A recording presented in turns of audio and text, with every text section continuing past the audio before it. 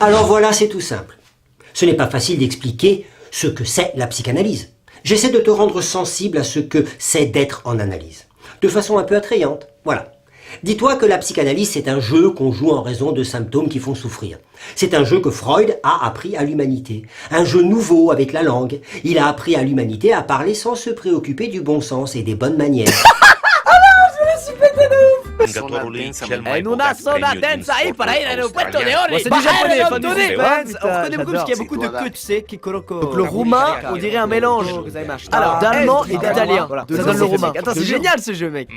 Tu constates que dès que tu prends de la distance avec le discours courant, ça a tout de suite des effets thérapeutiques. Ça produit un apaisement, une tranquillisation.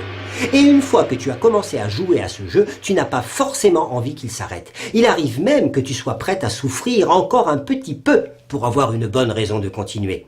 Quand tu es sur le point d'aller mieux, il arrive que paradoxalement tu ailles plus mal. Parce que dans le jeu psychanalytique lui-même, il y a un principe par lequel il s'entretient. Tu jouis à parler en pure perte. C'est la jouissance du blablabla. Alors, mettre le bon sens entre parenthèses pour accéder à la jouissance du blablabla, pour certaines personnes, c'est très difficile. Pour les personnes d'extrême bon sens, d'extrême décence, elles ont parfois des difficultés à mettre le bon sens entre parenthèses. Laissez l'initiative aux mots, les laisser faire l'amour, laisser les signifiants, les sons s'associer entre eux. Dans une analyse, les liens du signifiant et du sens doivent se relâcher. Ces liens sont établis par la routine au sein d'une communauté de langage où l'on s'entend les uns les autres.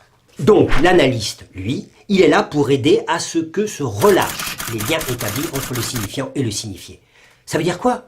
Eh bien qu'il est là pour faire l'âne, pour ne pas comprendre, pour mettre dans ce que tu dis des X comme dans les formules mathématiques, où ça désigne une inconnue. L'analyste, en quelque sorte, te dit « pour moi, c'est du chinois ».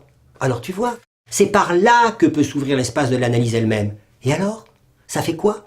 Eh bien que pour celui qui parle, ce qu'il dit devient du chinois. Ça devient une énigme. Et d'ailleurs, si tu vas en analyse, c'est quand tu fais la rencontre d'une énigme. Alors tu vas me dire, il fait quoi le psychanalyste avec ça ?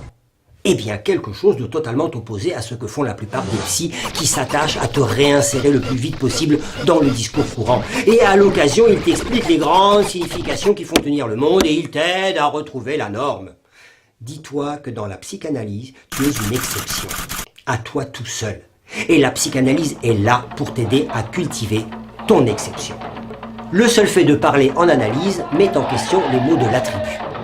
Ton analyse fait trembler ces mots, les fait vaciller. Tout ce qu'on appelle les valeurs, les idéaux qui nous permettent de vivre ensemble. Dieu, la patrie, l'Europe, le bien, la vérité, la beauté, la splendeur du vrai. L'exemple de Socrate peut aider à cerner la position de l'analyste par rapport aux idéaux de la société. Socrate, il déambulait dans Athènes. Il était errant, invité, s'invitant chez les uns et les autres. On le disait atopos, sans lieu, insituable. Eh bien, le psychanalyste est quelqu'un comme ça. Quand on lui demande oui ou non, il dit oui, il dit non, il dit les deux, puis il dit ni l'un ni l'autre. La psychanalyse est aussi atopique. Enfin, elle voudrait l'être. Tu vois, le psychanalyste, comme Socrate, est aussi un ironiste. Il ébranle les maîtres mots de la cité. Mais attention! Ces interprétations, c'est pas des explications, c'est pas des commentaires, c'est pas des constructions, c'est pas un savoir. Voilà, tu sais tout. Rappelle-toi que dans l'analyse, l'analyste ne se sert pas de la parole pour communiquer de l'information. Les effets de l'interprétation analytique ne sont pas calculables. Tu sors un mot au patient et t'as pas idée du sens que ça va accrocher chez lui. Donc, tu tires au jugé.